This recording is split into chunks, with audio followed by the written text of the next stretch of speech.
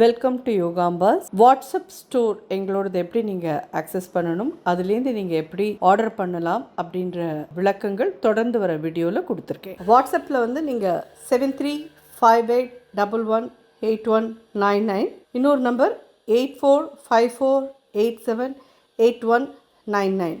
இது ரெண்டையும் நீங்கள் வாட்ஸ்அப்பில் யோகாம்பால் ஷாப் அப்படின்னு சேவ் பண்ணிட்டு வாட்ஸ்அப் வழியாக நீங்கள் கேட்லாகை பார்த்துட்டு உங்களுக்கு என்னென்ன தேவையோ அதை ஆட் டு த கார்ட் கொண்டு வந்துட்டு அதை நீங்கள் வந்துட்டு யோகாம்பாஸ்க்கு ஃபார்வர்ட் பண்ணினீங்கன்னா உங்களுக்கு அந்த திங்ஸ்லாம் நாங்கள் அனுப்பி வைக்கிறதுக்கு ரெடியாக இருக்கோம்.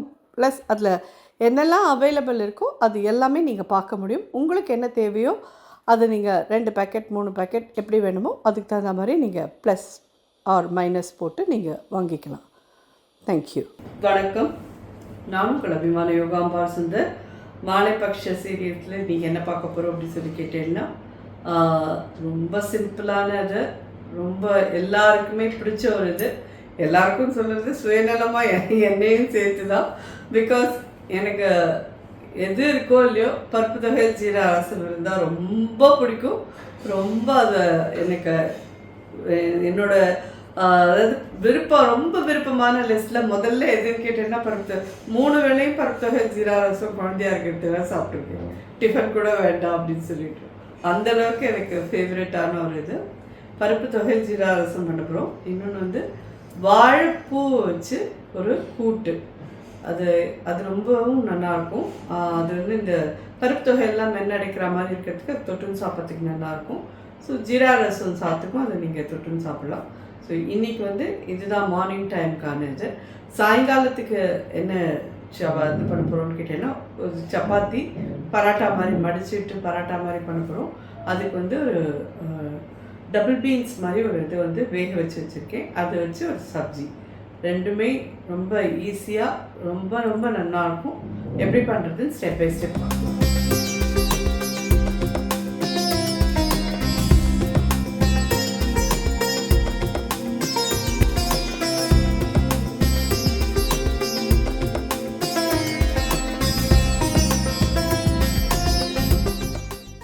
பருப்பு தொகை எல்லாருக்கும் பண்ண தெரியும். நான் ஒன்றும் புதுசாக பண்ணல. ஆனால் ஒத்தத்தில் ஒரு மாதிரி பண்ணுவேன். மோரோவர் நிறைய பேர் நாங்கள் இதில் வந்து பூண்டு வைப்போம், அது வைப்போம்லாம் சொல்லுவோம். பருப்பு தொகையல் இப்படி இருந்தால் தான் பருப்பு தொகையெல்லாம் இருக்கும். அதெல்லாம் ஆட் பண்ணாலே அது வேறு ஏதாவது தொகையல் மாதிரி ஆகும். பருப்பு தொகையல்ன்றது சவரன் தொகையல் அப்படின்னே சொல்லுவாள். அதனால நல்ல கோல்டன் கலரில் நெய்யை விட்டு வறுத்து அதில் மிளகாத்தலும் 2 மிளகும் வச்சு கொஞ்சம் தேங்காய் வச்சு அரைச்சி எடுக்கிறது தான் பருப்பு தொகை. அது அப்படி தான் இருக்கும். அதுக்கு ஜீரக ரசத்துக்கும் ஜீரகம், துவரம் பருப்பு, ஒரே மிளகாத்தல், ஒரு 1/4 ஸ்பூன் மிளகு தண்ணி விட்டு ஊற வச்சு வச்சுருக்கேன். அதை காமிக்கிறேன் உங்களுக்கு. அதோட கூட கொஞ்சம் கருவேப்பிலை வச்சு நல்லா நரன்னு அரைச்சி ரசத்தில் கலக்கணும். அதுக்கு தக்காளி கிடையாது. இந்த மாதிரியான ரசத்துக்கெல்லாம் தக்காளி போடாதீங்கோ, அப்போ தான் நல்லாயிருக்கும். ஒரிஜினலான இதில் வரும். ஸ்டெப் பை ஸ்டெப் பார்க்கலாம். நம்ம எடுத்ததுமே ஃப்ரெஷ் அண்ட் ஃப்ரெஷ்ஷோட நெய் தான். ஏன்னா நெய்யில் அது பருப்பு தொகைக்கு வறுத்தேன்னா தான் நல்லாயிருக்கும். துவரம் பருப்பு 1 கப் போட்டுருக்கேன். மிளகு ஒரு 10 மிளகு போட்டிருக்கேன். மிளகாத்தல் 1.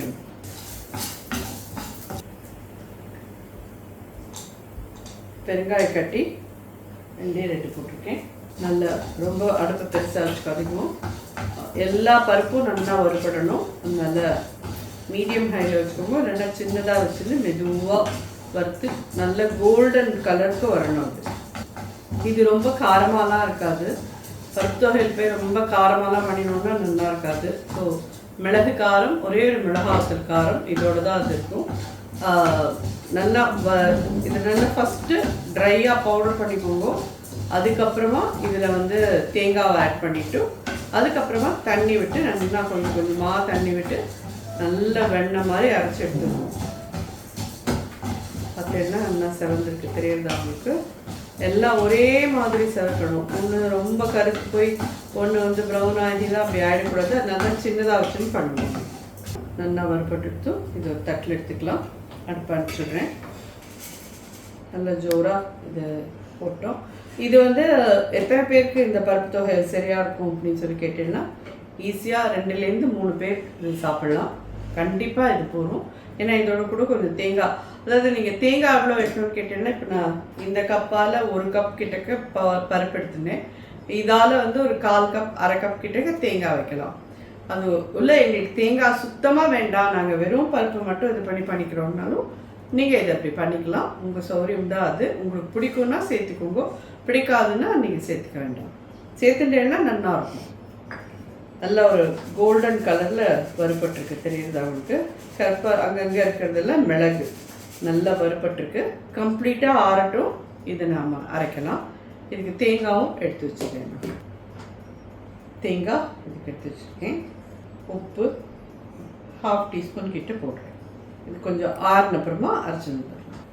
இது ஒரு ஜீரகத்துக்கு ஒரு சின்ன நெல்லிக்காய் சைஸ் புளி தான் நான் இதில் கரைச்சி விட்டுருக்கேன்.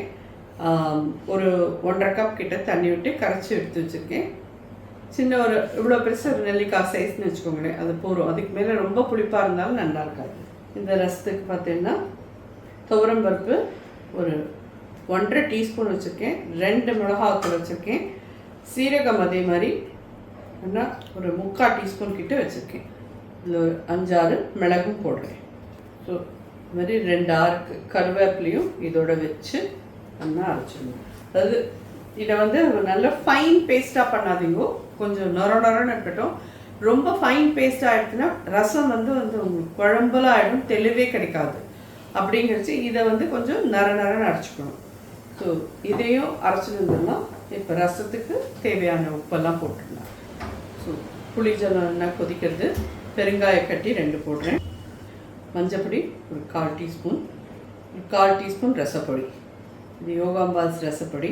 ஸோ 1/4 டீஸ்பூன் போடுங்க, ஒரு வாசனைக்கோசரம் தான். உப்பு போடலையா, நல்ல வாசனை. எப்பயுமே ரசத்துக்கு நீங்கள் உப்பு போடலைன்னா எப்படி கண்டுபிடிக்கலாம்னா நிறைய ஊற கூட்டும் வாசனை அப்படி இருக்கும். ஸோ அப்படி அதிலே தெரிஞ்சுக்கலாம் நம்ம உப்பு போடல இன்னும் அப்படின்னு.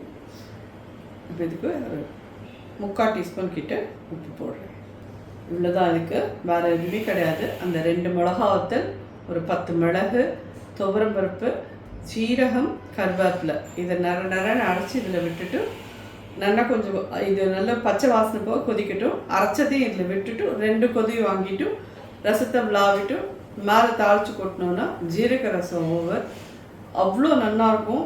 நிறைய பேருக்கு ஜீரக ரசம் பிடிக்கும், எனக்கு தெரியும். ஏன்னா வாய்க்கு ரொம்ப இதுவாக இருக்கும், மனமாக இருக்கும். சாப்பிட்றதுக்கும் இந்த மாதிரி பருப்பு தொகைகளோடலாம் சாப்பிட்றதுக்கு ஜீரக ரசம் தான் ரொம்ப நல்லாயிருக்கும். ஆனால் ஜீரக ரசத்தில் போய் நீங்கள் தக்காளி போடாதீங்க தயவு செஞ்சு. தக்காளி இல்லாத பண்ண வேண்டிய ரசத்தில் இதெல்லாமும் ஒரு ரசம். அதுதான் நல்லா கொதிக்கட்டும், பார்த்துக்கணும். அரைச்சிட்டு வந்தாச்சு ரசத்துக்கு.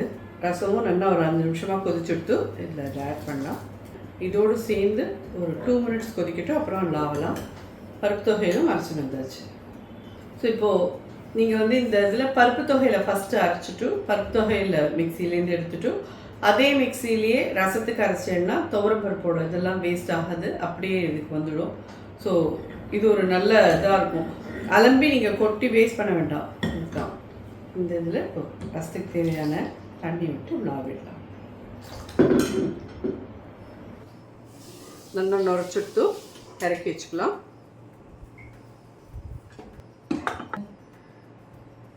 நெய் ஒரு ஸ்பூன் விட்டுருக்கேன். கடுகு ஒரு 1/4 டீஸ்பூன்.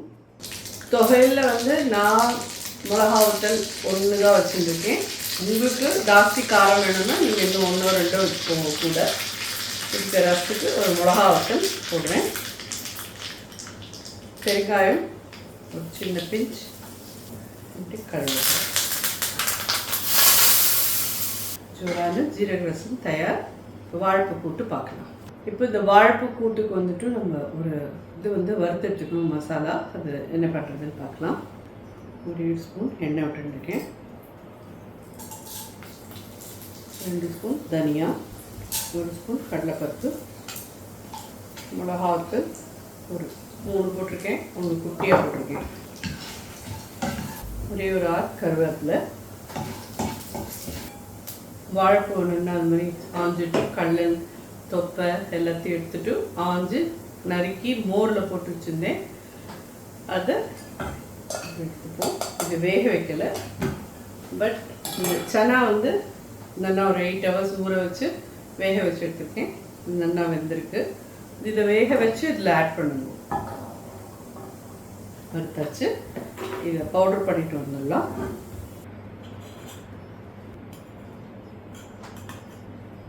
இந்த கூட்டுக்கு ஒரு சின்ன எலுமிச்சம்பழம் சைஸாக்கு புளி எடுத்துக்கோங்க.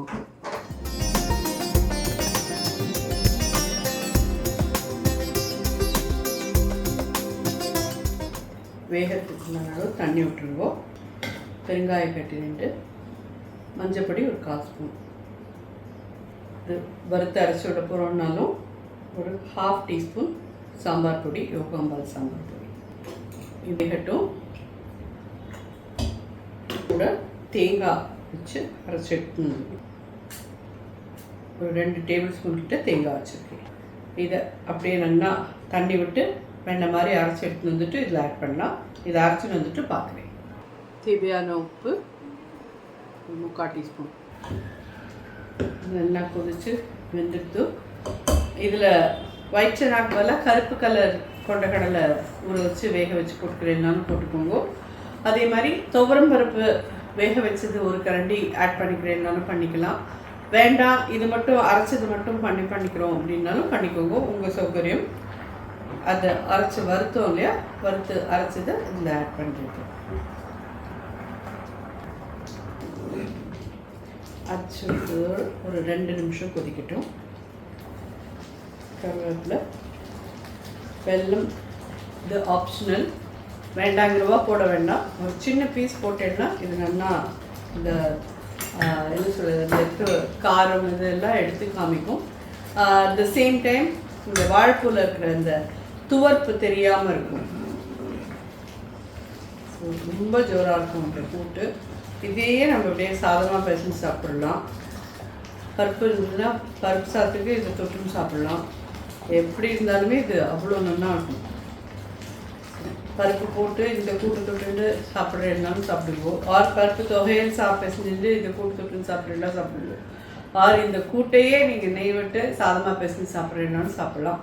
ஸோ இந்த கூட்டு தயார். இப்போ நம்ம இதுக்கு தாளிச்சு கொட்டினோன்னா முடியும்.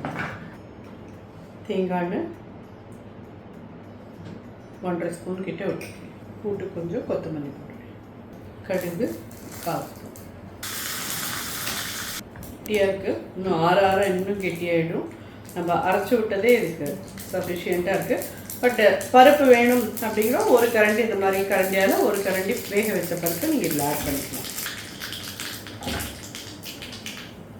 உளுத்தம் பருப்புனா சௌகரியம் நான் போடலை. உளுத்தம் பருப்பு வேணும்னா இதோட தாளிச்சு கொட்டிக்கோங்க. ஜோரான வாழைப்பூ கூட்டு தயார், ஜீரா ரசம் தயார், அண்ட் இதுவும் தயார், பருப்பு தொகையிலும் தயார். இது காலை வேலைக்கானது எல்லாம் ரெடி ஆகிடுது.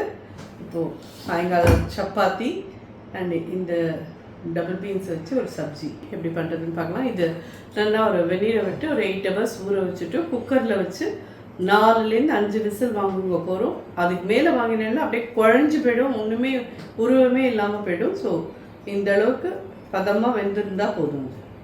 கண்டிப்பாக எல்லாருக்குமே பிடிக்கும். ரொம்ப டிஃப்ரெண்ட்டாக இருக்கும் இது. 1 2 3 ஸ்பூன் கிட்ட எண்ணெய் விட்டுருக்கேன். இதுக்கு கடுகெல்லாம் கிடையாது. ஓமம் நல்லா ஒரு 1/2 டீஸ்பூன் கிட்ட போட்டு பொரிய விடுங்க. கருவேப்பிலை, 2 பச்சை மிளகாய் நல்லா பொரிஞ்சிருக்கு.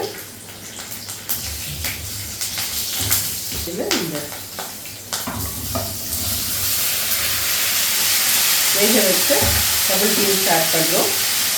தனியா பொடி ஒரு 1.5 ஸ்பூன் போடணும். பச்சை மிளகா வேறு போட்டுருக்கோம். நல்ல மிளகா அப்படி ஒரு 3/4 டீஸ்பூன் போடுறேன். போடும் மஞ்சப்பொடி ஒரு 1/4 ஸ்பூன்.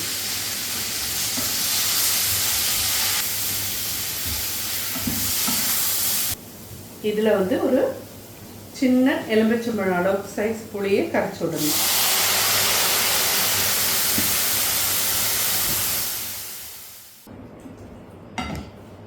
சப்ஜிக்கு தேவையான உப்பு ஒரு 3/4 டீஸ்பூன் கிட்ட போடுறேன். 1 டீஸ்பூனாகவே போடலாம். ஏன்னா அந்த டபுள் பீன்ஸ்குள்ளெல்லாம் உப்பு இழுத்துக்கணும். இப்போ கொதிக்கிறதே தான் அது இழுத்துக்கும். இதில் வெள்ளைப்பொடி ஒரு 1 டீஸ்பூன் 1.5 டீஸ்பூன் கிட்ட போடணும். இதுதான் இதோட டேஸ்ட்டு. ஏன்னா இது ஒரு பக்கம் புளிக்கும், ஒரு பக்கம் திதிக்கும், ஒரு பக்கம் காரமாக இருக்கும். இந்த பீன்ஸோடு அதை சாப்பிட்றதே ரொம்ப நல்லாயிருக்கும். இதை மூடி வச்சு ஒரு அப்பப்போ கிளறிக்கலாம். ஒரு 5 to 7 மினிட்ஸ் மூடி விட்டு கொதிக்க விட்டுட்டு நல்லா கெட்டியானதும் பார்க்கலாம். இந்த சப்ஜி பார்த்தீங்கன்னா நம்ம ஜோராக வெந்துட்டு கொத்தமல்லி போட்டு அடுப்பை காமிச்சிடுறேன். இது நீங்கள் சப்பாத்தியோடு தொட்டுன்னு சாப்பிட்டு பாருங்க. அவ்வளோ நல்லாயிருக்கும், அவ்வளோ நல்லாயிருக்கும். வாய்க்கு மனமாக அவ்வளோ ஜோராக இருக்கும். கண்டிப்பாக ஏன்னா இங்கே இருக்கிற வாழ்க்கெல்லாம் இது நமக்கெல்லாம் தெரியாது. நமக்கு இது எப்படி யூஸ் பண்ணணுன்னே நார்த் இந்தியாவில் தான் இதை வந்து பண்ணவே பண்ணுவாள், வால் சொல்லிட்டு பண்ணுவாள். பட் நான் வந்து அதான் சொல்கிற மாதிரி நான் பாம்பேயில் இருந்ததுனால எங்கள் ஆத்துக்காரங்கெலாம் இது மாலை பட்சத்தும் போதெல்லாம் பண்ணி தருவேன். ஸோ அதனால் உங்களுக்கு எல்லாமே இது ஹோப்ஃபுல் நல்ல ஒரு இது புது டிஷ்ஷாக இருக்கும்னு நினைக்கிறேன். கண்டிப்பாக ட்ரை பண்ணுங்க, ரொம்ப ரொம்ப நல்லாயிருக்கும். பண்ணி பார்த்துட்டு சொல்லுங்கள். சப்பாத்தி மாவும் ரெடியாக பிசைஞ்சு வச்சுட்டேன். நிறைய இதில் காமிச்சிருக்கேன் எப்படி பிசையணும் என்னென்னு. ஸோ இது பிசைஞ்சு வச்சுருக்கேன். அப்படியே நம்ம பராட்டா பண்ணிக்கலாம். மடிச்சிட்டு பராட்டானா கொஞ்சம் பெருசாக மாவு எடுத்துக்கோங்க.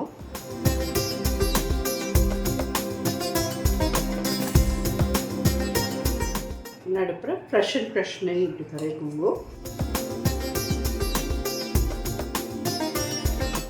இது மாதிரி முக்கோணமாக மடிச்சுட்டு கோதுமை எண்ணெய் முக்கி எடுத்துட்டு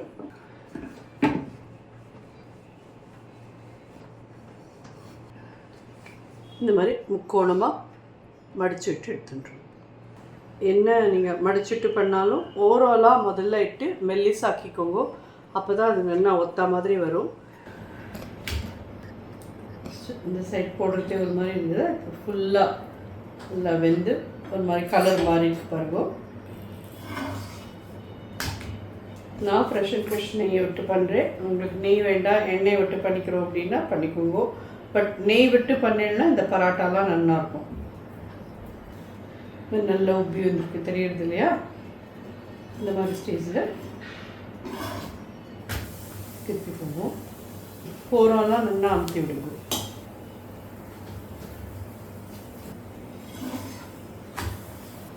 அந்த சப்பாத்திக்கு எப்படி சொன்னேன்னா சுட்ட சப்பாத்திக்கு அதே மாதிரி தான் திருப்பி திருப்பி திருப்பி போட்டுகிட்டே இருந்தேன்னா இது விடக்குன்னு ஆகிடும். அது அப்படியே இருக்கட்டும்.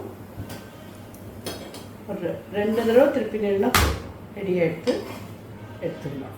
திருப்பி இன்னொன்று போடுறேன். போடுறச்சு ஒயிட்டாக இருக்கும். கொஞ்சம் நாள் கழிச்சு கலர் மாறும் பாருங்க. இந்த மாதிரி ஆகி ஒவ்வொருத்தையும் திருப்பி எடுக்கும்.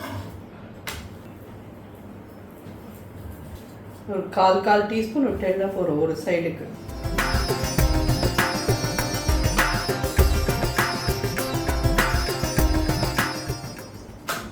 பராட்டா தயாராகிடுச்சு. ஸோ சப்ஜி ரெடி, எல்லாமே ரெடி. இன்றைக்கான டிஷ்ஷஸ் எல்லாம் பார்த்துருப்பேன். நிச்சயமாக உங்கள் எல்லாருக்கும் கண்டிப்பாக பிடிக்கும். சில பேருக்கு இந்த டபுள் பீன்ஸ் பண்ணலாமா அப்படின்னு சந்தேகம் இருக்கும். நீங்கள் உங்கள் ஆற்றுல இருக்கிற வாட்டர் ஏன்னா நான் எப்பயும் சொல்கிற மாதிரி நாங்கள் என்னெல்லாம் எடுத்துப்போமோ அதெல்லாம் நான் உங்களுக்கு காமிச்சிருக்கேன்.